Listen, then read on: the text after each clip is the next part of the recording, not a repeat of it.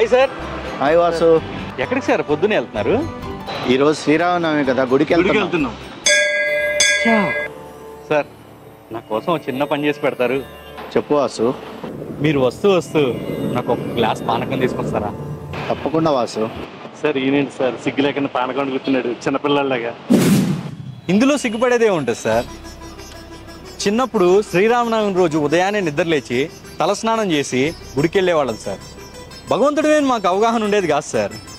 అందరూ ప్రదక్షిణాలు చేస్తున్నారని మేము చేసేవాళ్ళం సార్. కళ్ళు తిరిగేదాకా కళ్ళ ముందు జరిగేది కళ్యాణం అని మాకు తెలుసు సార్. కానీ కనువిప్పుగా ఉందని కూర్చునేవాళ్ళం సార్. ప్రసాదం పెడితే తినేవాళ్ళం సార్.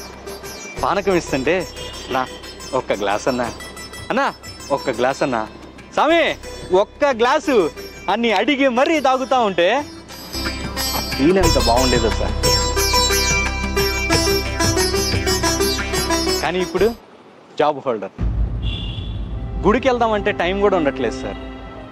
పోనీ ఈ రోజన్నా ప్రసాదం తీసుకోవడానికన్నా వెళ్దామంటే ఈరోజు కూడా లీవ్ ఇవ్వలేదు సార్.